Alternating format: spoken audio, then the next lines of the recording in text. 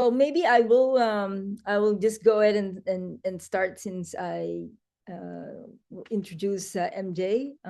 So yeah, good afternoon, good evening, good morning to everybody. I know we're all from like different time zones. And I see some people that I don't recognize the name.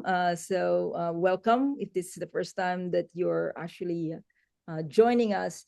And so, the obligatory introduction about the Global Space Enablers Network is basically we are enabling the space enablers. So that's kind of like our main difference from other organizations, where we are an alliance of organizations and individuals that are really helping emerging economies create their own space ecosystems.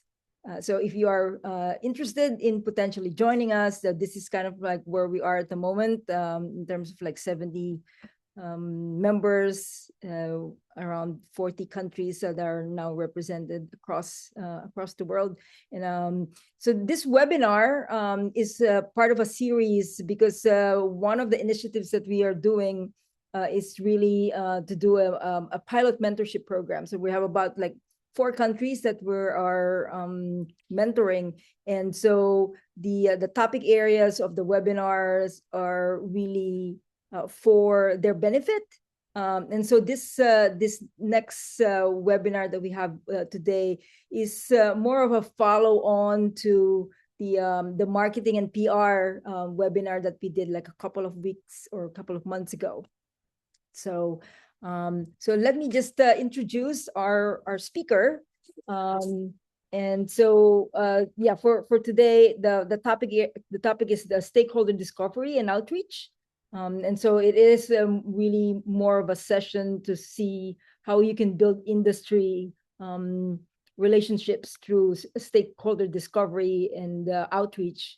And so we're joining today by Majabin Akter, or MJ, as she's called, who is the Chief Operating Officer of Spiral Blue, a space company building LiDAR satellites to deliver measurement-grade data for climate and Earth observations.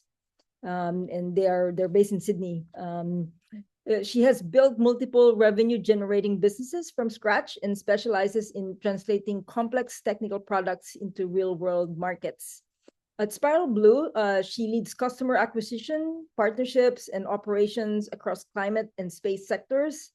In a previous life, she managed digital marketing and social media campaigns for startups and corporations, including MBA Group across 4 continents. So welcome, Jay. I'm going to stop my share and allow you to put on your slides.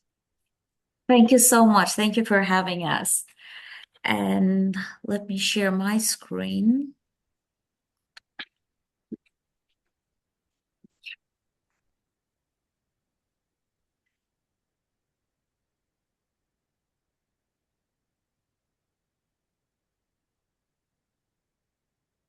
Okay, so I hope you guys can see my slides now.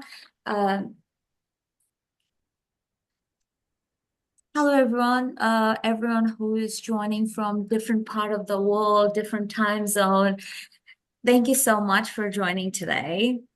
As Emily already introduced me, so I'm gonna skip my introduction, because she did a fabulous job introducing such kind word. Thank you so much.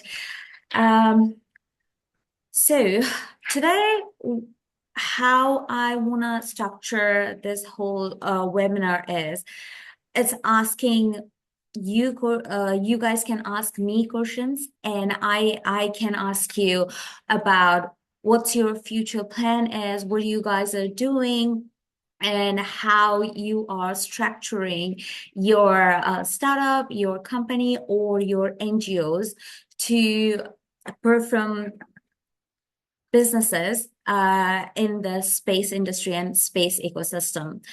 As Emmeline mentioned, I joined 2 years ago in space industry, but previously I didn't have any experience. But one thing was common in between any industry we talk about is the stakeholder and the customer side of relationship. Whatever you do, if you're coming from an NGO or you're coming from academic, if you're academic or any industry, stakeholder and customer relationships are most important part for any businesses. So let me start it from my first slide. So how the whole structure of stakeholder relationship works is when we talk about industry, the most important part of the industry is building the partnership, building those relationships where you go out there, talk to different, either the similar kind of companies or some other who can benefit from your side of business. So whenever you go to any other companies or any other stakeholders, first of all, you try to understand, does this person or company has value, we can add value to them or they can add value to ours. So it's not only about sales, it's about building those partnerships. So in space industry, one thing I learned last 2 years is when we build partnership, we can apply for similar grants, we can apply for different opportunities, we can combine 3-4 companies or universities together to make a concrete partnership between industry and startup, right? So how we think about this partnership or understanding those stakeholders, right? If we are talking about mentors, if you just started your business, right? You need mentors, you need your cheerleaders in the community. We always do. We need our mentors to teach us, to guide us. Like, we have ideas, we go to them, we reach out to them. So finding those mentors is very important, right? Then comes with the customer side of the business. We need to understand their pain points. We need to understand what problem they are facing, not just come up with, oh, we have this shiny, we have this fancy solution for you, but not knowing what's their pain point is, right? So very first thing about understanding this stakeholder discovery is let them talk, let us figure it out how we can add value to them. So when you go to this kind of discovery, you always find, like, sometime if you reach out to 5 different stakeholders, probably 2 of them perfectly align with your vision or whatever you are building, or you are building right now. And 3 of them, it's not directly connected, but you can keep them under your good connection, your network, so that you can build those networks every day, right? So understanding their problem. Whenever I go to any sort of meeting, any sort of room, I try to do my research about the company, the person that I am meeting. So that whenever you go to that room, if it's a first meeting, the very first time you are meeting that person or the team, you have some knowledge about what they're doing, what problem they might be facing. So it's kind of you create your questions beforehand before going.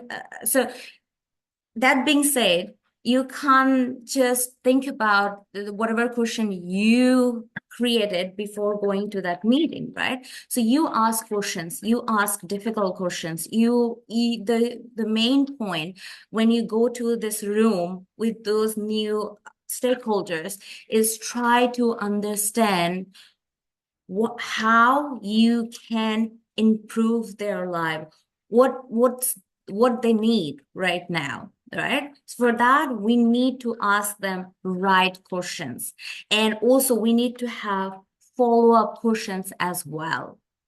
So this is something really interesting that I learned. Like, humans move away from pain faster than they move towards pleasure. So when we let them talk about their pain points, and if we are asking the right questions, they will feel valued.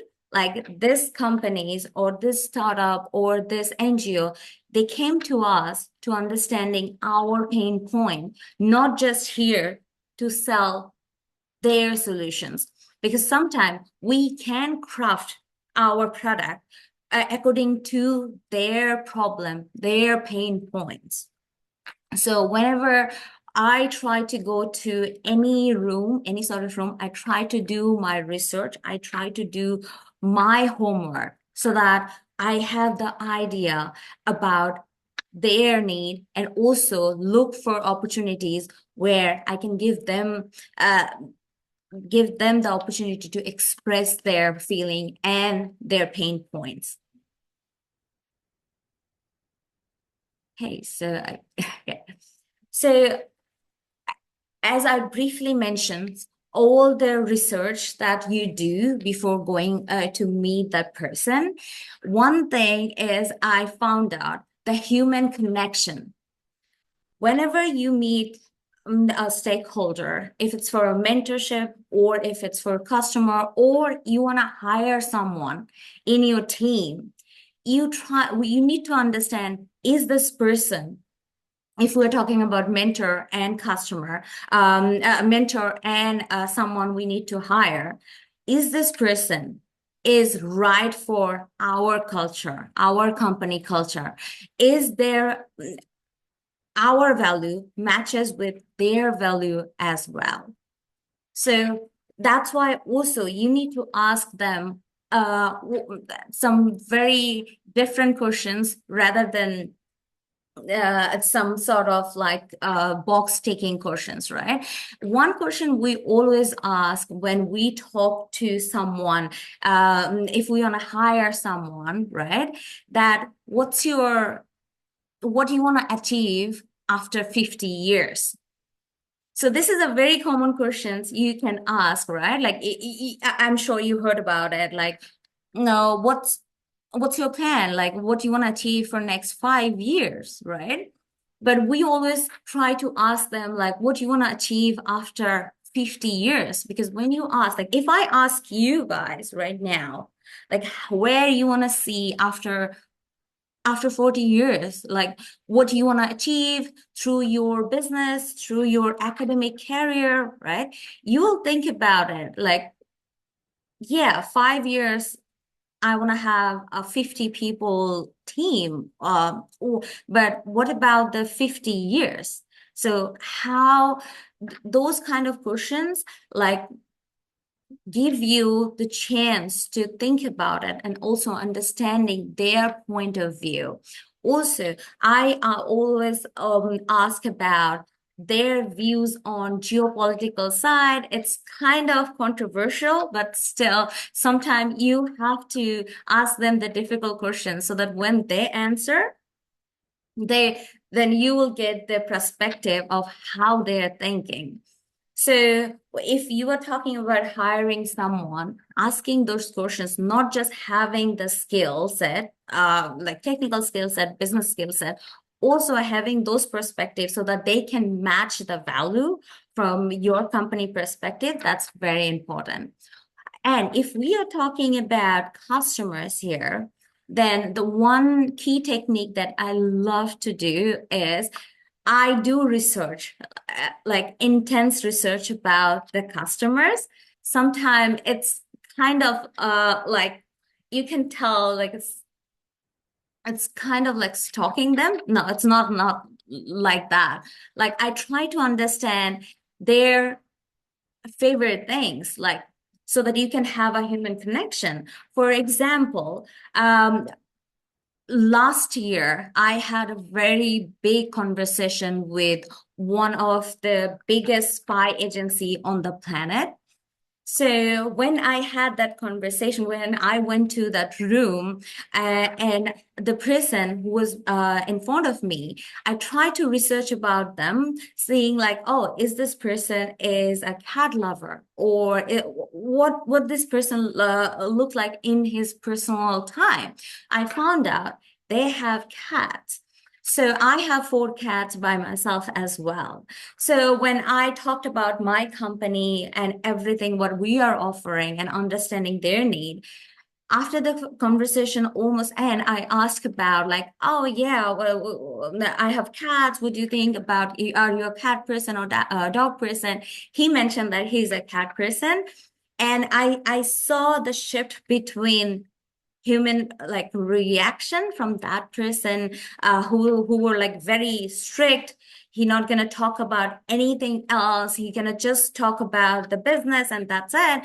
But when I asked about their personal liking, the shift is like, oh yeah, I have cats, I have dogs, I have a dog as well. So those kind of human connection, people crave those kind of connection when we try to build trust. That's very important. Last year, also, I had the privilege to join Techstar Space Accelerator program. This is like second best space accelerator program in LA. So this is a 3 month program. The very first session that we have, our managing director gave us one lesson. Ask about the person, how they are when you go into the meeting. Don't jump into, oh, my company is doing XYZ, we are solving XYZ problem, rather than having those connection, those human connection. Those are important. And we know this basic stuff, but we sometimes forget about that. So yeah, so when we go to any sort of market research before this outreach, we try to understand like what they actually do, then how many employees they have, what current challenges they are facing, right? And their existing problems and their existing capabilities, what kind of potential alignment or opportunities is there, and also their professional background and interest and everything. Go there, do your homework before jump on a call, right? That will make your call more effective rather than just be there and don't understanding the other person's perspective.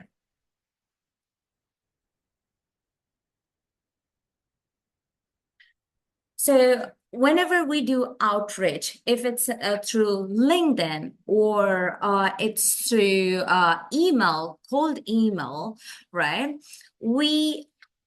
How we structure it is we try to understand that if we saw our company, they are currently suffering because they don't have they don't have data to prove their point, for example, right? Like they don't have the data to prove their point, like they're selling carbon credits or they're doing biomass measurement, but they don't have the data to prove their point.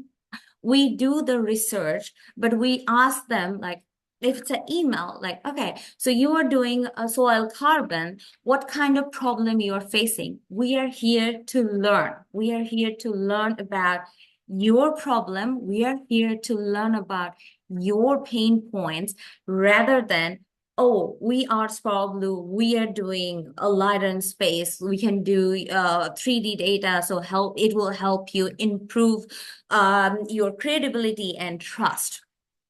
That comes after the meeting, that okay, we are Sparrow Blue, we can help you this way. But before, when you go to a meeting, when you go to this outreach, so the biggest mistake you can do is to just go there in the same mentality, like I'm gonna sell you a product, I'm gonna sell you a pen. So not understanding, do you need the pen or not? So this mindset that people do not buy because they understand, they buy because they feel understood. So again, I came back to the similar point, understanding the pain point, understanding their real need. So those are our customers. I wanted to give you a real example rather than getting something from online. This is Sparrow Blue's customer line that we continuously talk to them. We follow up with them. So if I talk about Akter, which is a Japanese company, so we're from Australia, they're Japanese. If you know about Japanese market, it's hard to get into that market because they are a little bit conservative as well, because they want to build their own capabilities and everything. So how I reach out to them is I went to a conference where I saw the CFO of Arkeda giving a talk, and they're a carbon developer. And I sat there, I took my notepad out, and I start writing all the important things that she was saying that time, right? And once they finish this talk, I get the chance to, I went up there and went there and talked to her, asked her like, oh yeah, you mentioned that you don't have data. That's why the whole trust, whole creativity, whole trust issue is there. What other problems you face? Is the problem, if the problem is not there, does that mean it will help you to scale your business? So I asked few questions, and she seems so interested that she's like, okay, yeah, this is interesting. Let's have a talk. And we booked the meeting afterwards. And after we applied for a grant together, and they become our very first early adopters for our LiDAR technology. So the whole thing, it took almost 6 months to come up with something concrete. Before that, we were all about what you need, how can we help you? And then, okay, there's a grand opportunity. Can we team up? Can we do the grant? Unfortunately, we didn't get the grant, but the relationship we built from that gives us the very first customer that we have right now. Another thing is with Lodestar. They are an UK company, and most of the companies are international companies. So they are UK companies. So when we started those conversations with them, they were excited. They were like, okay, this is amazing. We need this technology. But when the price point comes in, they were like, oh, this is probably not the right time to move forward. We didn't stop the conversation over there. I met them in person, and it went a little bit, they were like, okay, we're not sure about the price. Because we are a startup as well, but we didn't stop the conversation over there. We didn't push it to her as well. So what we did, when I came back, we try to understand what they need and is there any way that we can reduce the price, but also not giving the final product, but a prototype that can help them to do their work. So we came out, we came in a middle ground and we got the deal. We sell our LiDAR prototype to them.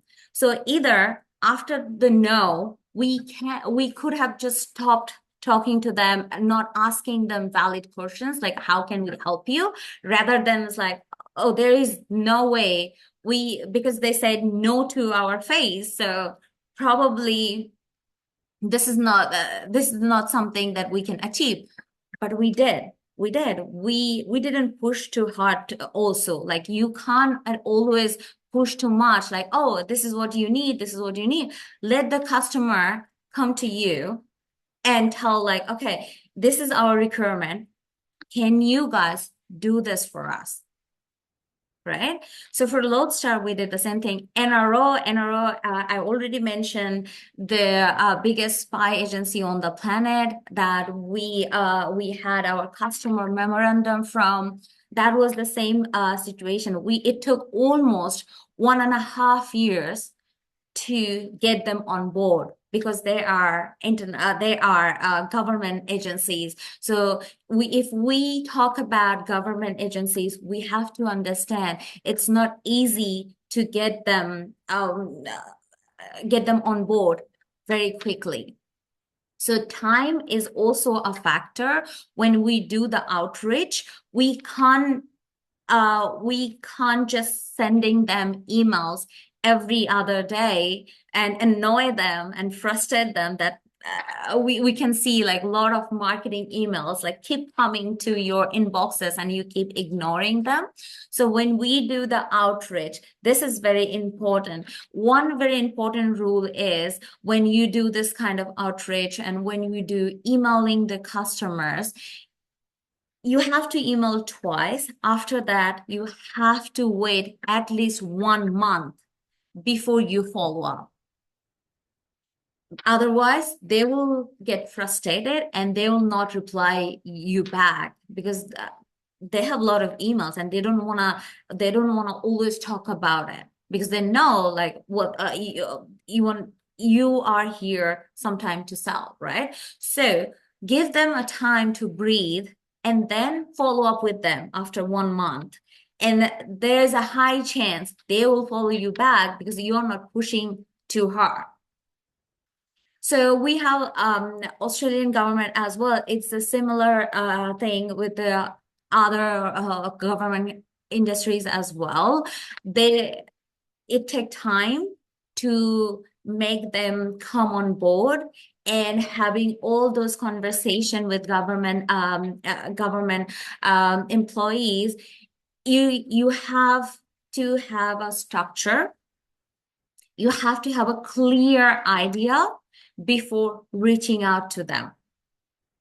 Not having so many ideas in one place rather than understanding what, for example, if we're talking about Australia, what New South Wales government want or what Victorian state, what they want or what Darwin wants. So all those understanding, they all are separate conversations.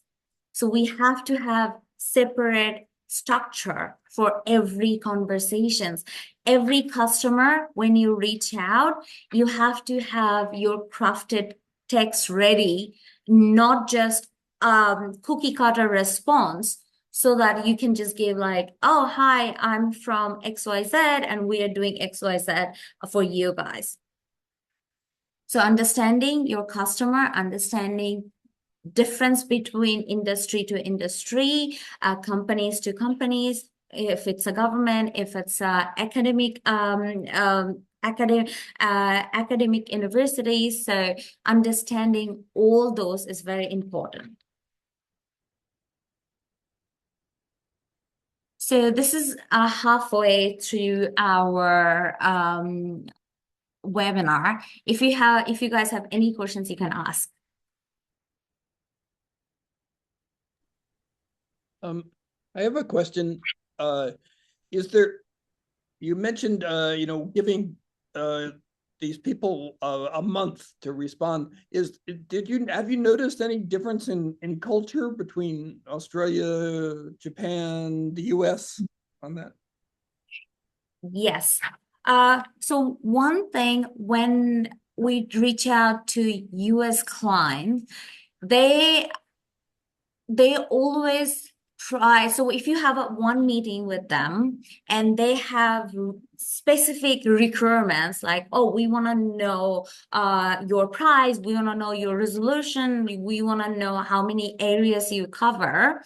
So if you follow up with the right answer to them and ask for another meeting, there's a high chance they will reply back and they will agree to meet you, right? So if we are talking about Japanese people are super on time. They are always on time. Even if they don't have time to have the meeting, they will let you know. They will tell you, like, okay, so I'm going to this conference. I can't meet you this week, but I'm free after 2 weeks. So if you're talking to any Japanese client, you will see this differences. They will not ghost you, first of all. If they don't like you, still they will let you know, like, this thing is not going somewhere, but they will not ghost you or not leave you, they will not leave you hanging.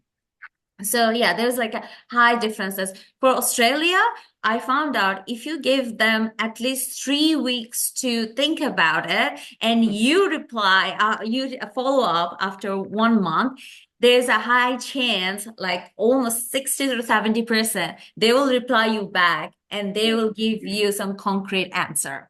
Oh, that's really interesting.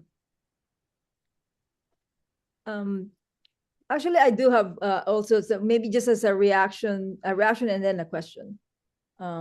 One is it resonated to me when we talked about finding the human connection to whatever stakeholder, because normally sometimes when they do have very similar companies or organizations that they're like trying to decide on, it's normally the human factor or that connection that kind of cuts above the competitor. So I do agree with you that yeah, having some kind of a like a connection or understanding that you've got the same values actually works very well. So the other question, and I don't know if this is still coming up, is what do you think of when you're approaching potential stakeholders or customers, like instead of a cold call, like having a network connection, like already somebody that is within either their network or your network that gives the introduction, and how more competitive that is compared to like just doing a cold call? So the warm introductions are always a better way to reach out. There is no doubt. If we are talking about investors or customers, like both of them, most of the time for the investors, it works really well if a founder, like your fellow founder, introducing you to investors, and they're like, okay, so one founder is introducing another founder. This is amazing because they get the attention that, okay, this guy's having a community, having a network, so that they are not here to just push themselves, they're here to build each other, right? Like a kind of building a community. So definitely when we have those cold reach out, I do have a statistic. I always do reach out. So I do both cold and warm introduction as well. I saw almost for my case, almost 40% a time. When I cold reach people, it's like out of 10, 4 people accept the connection and willing to go for a second meeting. But if I have the warm introduction, hardly there is any meeting that any connection that I miss.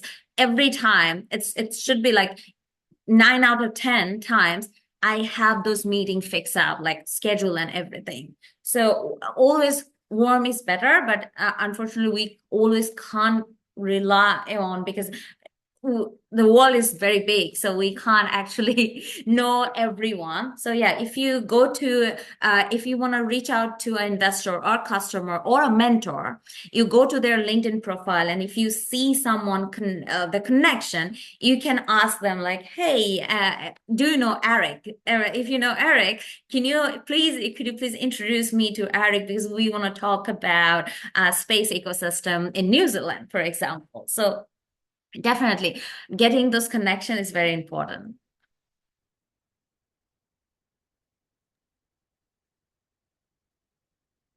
Yes, if we don't have any other questions at the moment, we can go forward. Let me share again my screen.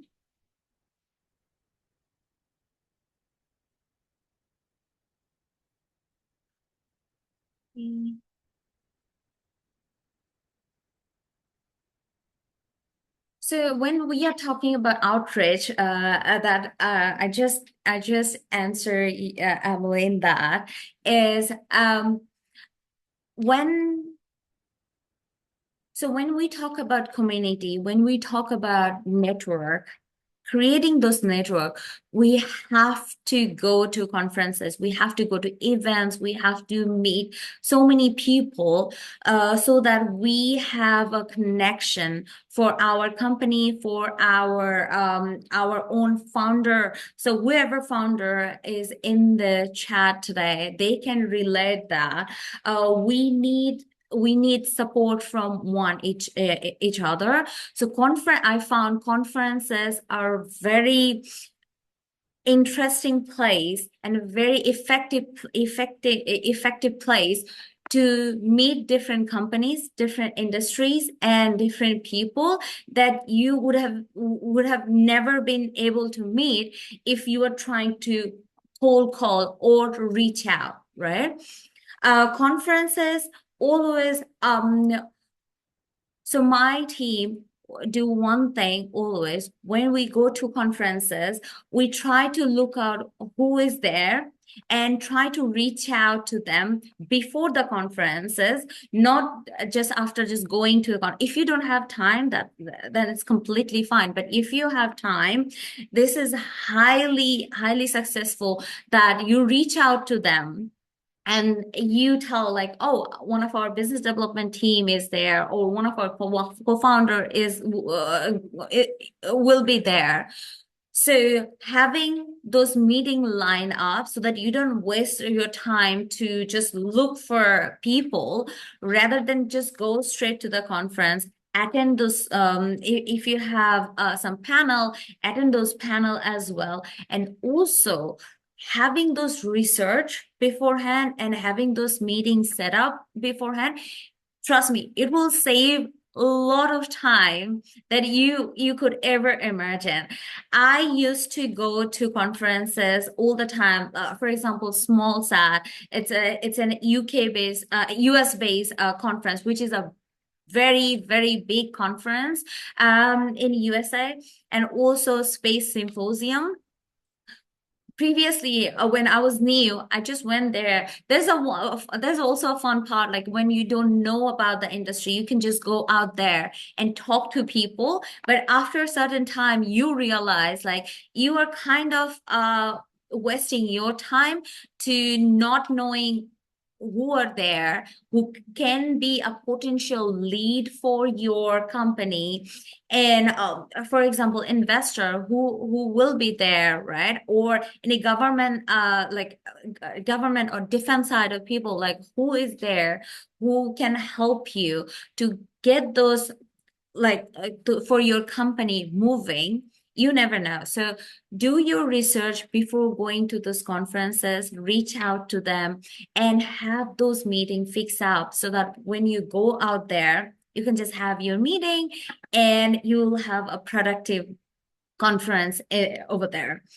And if we are talking about online reach out, as I mentioned, if you want to have, if you see a company where you want to go and talk to people, then you should do your research, go to their LinkedIn profile, look for those connections, and reach out if you have any friend or any any colleague that knows those people, reach out to them and ask for the warm introduction.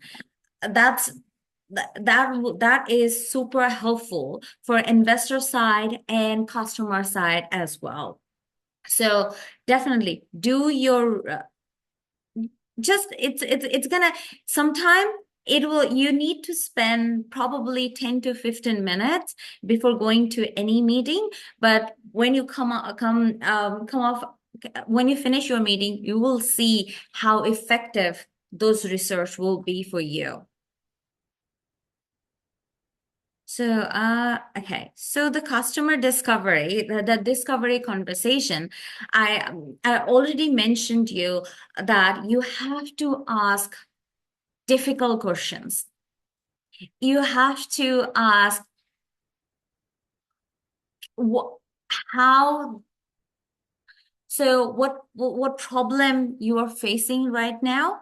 What is the monetary value? That's very important. Like if some company came to you and solved the problem, what will be the monetary value that will add to your company and that will help you to scale up? Let them talk about their pain point, and understand the value that when they talk about their pain point, you don't just jump over there and tell them, okay, this is the solution. Take your time and do your research and see. Don't overpromise when you in the meeting. So we always do that. We sometimes do that, right? When the customer is asking for they're telling a problem, what we do, we're like, okay, yeah, we can solve this. We can our data is very accurate and the accuracy level is very high, the resolution is very high, right? So when you come from the meeting and you realize you overpromised, because if you underpromise then overdeliver, it's better, because then they will be shocked. Because if you overpromise and underdeliver, that will cause your reputation, and people will not trust you anymore, because they're like, okay, so you guys promised XYZ, but in true, you're just doing X. So go to this meeting, ask questions, but don't promise anything. Don't say that we're gonna solve your problem, your life will be amazing. Say in a way like, okay, this is your problem. Let me talk to my team and come up with a craft solution that will help you to improve your business as well. Because people, they don't care about your technology. Customers only care about, does this product solve my problem or not? Because when we talk about space industry, we are building complex system, right? So when you talk to your customer, sometimes they don't have any idea how the technology works. They want to know how it can solve the problem. So you don't have to tell them all those technical details, all those fancy words, all those jargon.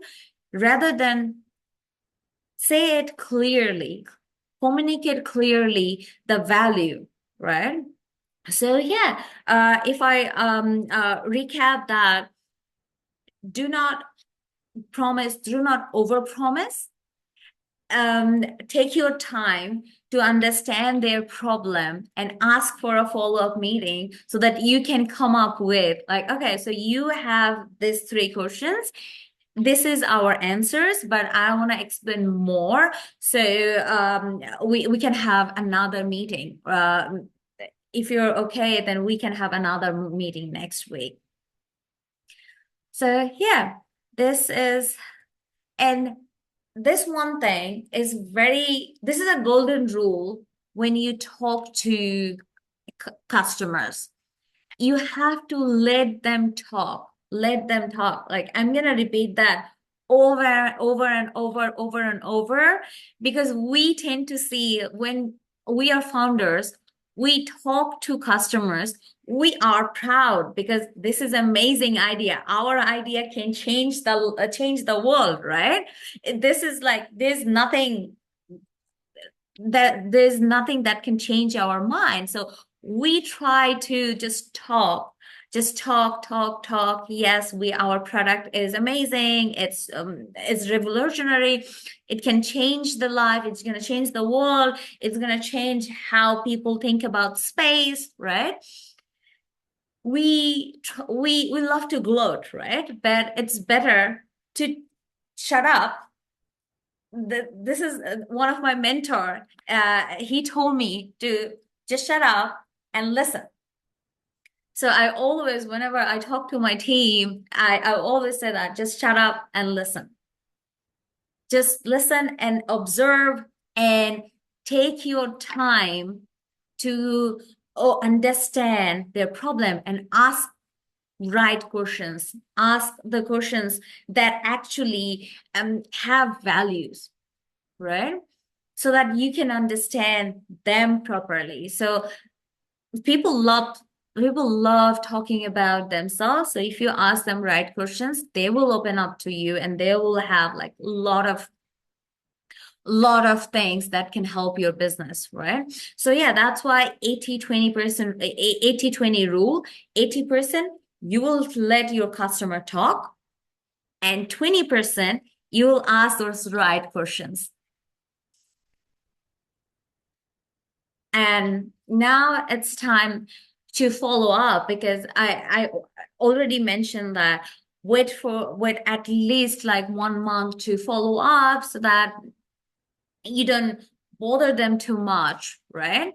So when you follow up or when you have those conversations, you have to understand that you have to watch out for the compliments. You have to understand, you have to watch out for the flops or ideas, right? So what do I mean by compliments? When you go out there and when you tell people, I have this amazing idea, you will see people being supportive, people being encouraging, and they're like, yes, this is what we need. This is amazing. Sometimes there is no depth to like to those compliments. Sometimes they're just being polite. They are there to, they're like, okay, I'm in the meeting. For example, Eric introduced me to you, so I'm gonna sit here and I'm gonna listen to your idea, and I'm like, yes, absolutely, why not? This is an amazing idea. But you have to understand, you have to anchor those compliments. So you have to ask them like, okay, I understand you are saying this is an amazing idea. Or what made you think that? Right? So give them the time to think about it. So it's perfectly all right if they are there, if they're polite, because people are polite. People are not going to say it in front of you like, oh, your idea sucks. Some people does though. So yeah. So so yes, understanding the compliments, also understanding the ideas, right? So if you are talking to your customers, when you go out there and you're telling this idea and they listen to you and they're like, oh, probably if you are doing space to earth business, but I would like to see a space to space lidar as well, a space to space technology, right? And you heard about it and you're like, they seems very enthusiastic. It's like, yeah, you know what, you should do space to space a lidar, for example. And you come back to your team and you're like, oh my God, I had this amazing conversation with our future client and they want to do, they want us to do space to space lidar so that they will buy it.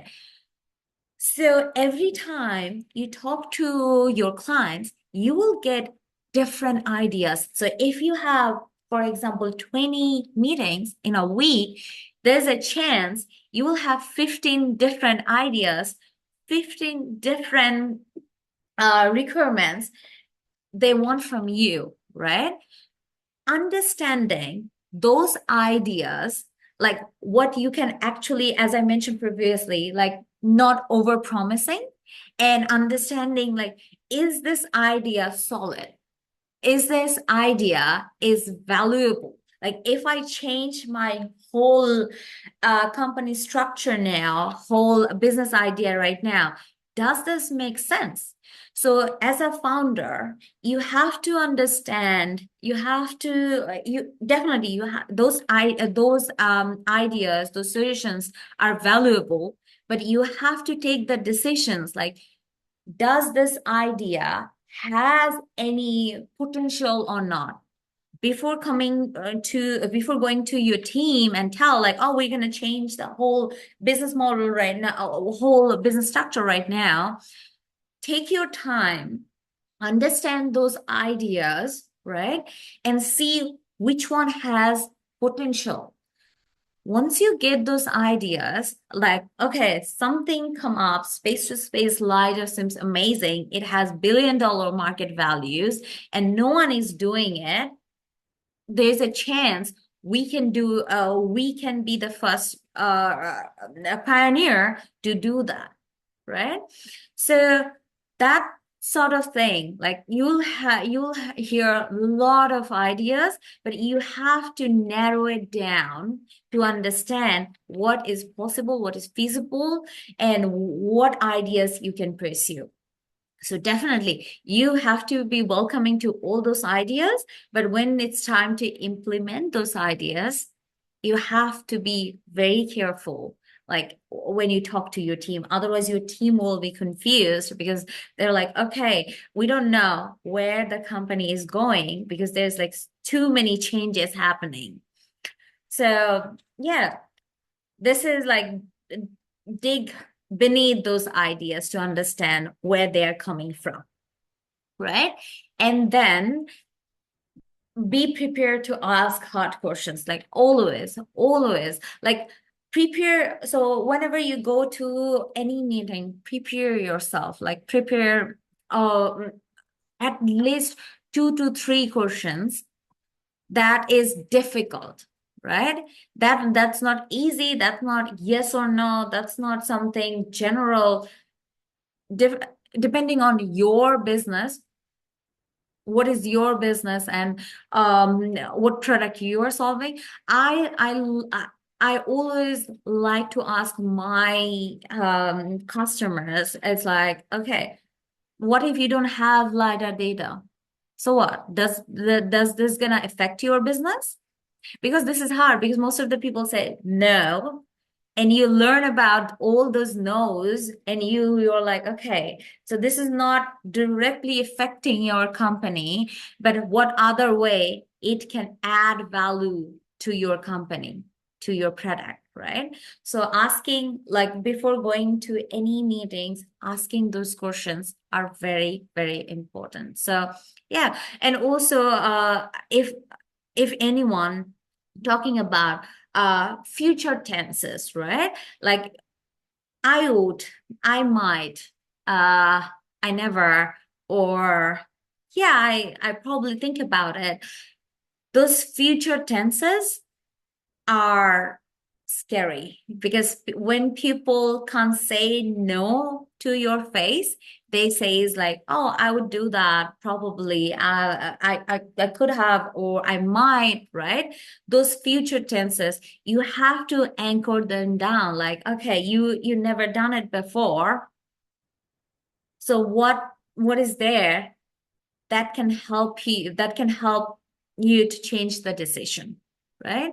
So yeah, you have to watch out for all those ideas and compliments and polite people to get actually what you want, right? What you want to know. So follow up is very important, and always, whenever we talk about founders, we talk about companies, startup, or any kind of organizations, those are the pillars to create a partnership with stakeholders, with investors, with employees, and everyone. So this is my last slide, the follow-up and everything. So if you have any questions, I would love to take any questions right now. Yeah, thanks so much, MJ. I know we only have maybe 1 or 2 more minutes left, but anybody who has a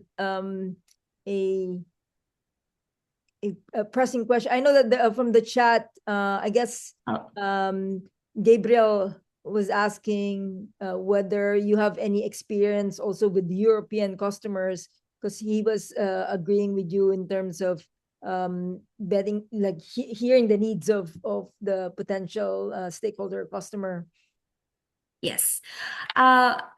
Not directly with Europe, but I have, as I mentioned, Lodestar, that we have a UK customer. So UK doesn't fall into Europe, but they have kind of similar business policies and techniques that I can help you with. So it's in the chat, right?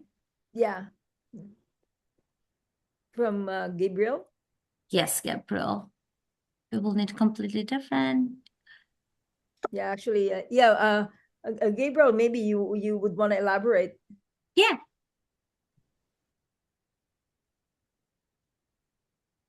Let's see. You're both muted, and here we go. Great. Hello. Actually, I have some issue with my camera. When I turn off on the camera, Okay. then it Yeah, but we switch can off hear you. the zoom. Yeah. Hello. You can hear you. Actually, I am here in Europe, and I know that in Europe there is the space industry is not so running well, actually, and that's why I'm asking this question. If you have some kind of experience with that. And also, I have a friend in UK, and actually in the UK, for example, there is much more activities than maybe in Europe, and that's what you have said, that you have some experience with this Lodestar customer. Then if you can compare it, maybe. Yeah. No, thank you, Gabriel. Thank you for your question. So I have my research on UK customer, Europe customer as well. So I haven't started reaching out to them. As you mentioned, the space industry is growing. So I want to say in this way, in Australia and Europe, we're seeing that the space industry is growing, not as much as the US, because US is the prime, right? So I'm looking at the grants and government contracts from ESA and everything. So we recently, so we haven't publicized it yet, because we are right now doing all the paperwork, but we signed it, so I can say it. We recently got the opportunity to be part of ESA Big Incubator Program.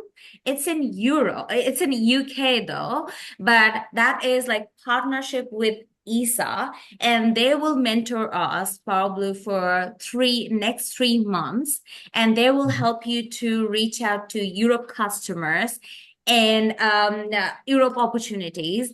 So I can have your details, and once I start my ESA bake journey from next week, I can have detailed information that I can share with you. And also, if you want to apply ESA bake, I can share the link after this webinar. You can apply for their program. They will give you I think 50,000 euros when you apply, and also they have boost funding to 200K euros as well. Fortunately, we get both of the fundings, so this is like a long process. But I wanna have, if you wanna talk about more this, I would love to have a separate conversation than this one. But yes, I would say that you should you should reach out to ESA-B, and I can introduce you to them so that you can have the conversation and you can be you can apply for the program. Thank you. Okay, Thank you. Anjali. That's great. I will connect you both in terms of the emails. So yeah, unfortunately, we have run out of time now. So but thank you again, MJ, for doing the webinar. And it certainly is something that is important for people who are starting, especially on the startup side, and also trying to understand how stakeholder outreach and basically discovery can certainly help them, like especially find customers.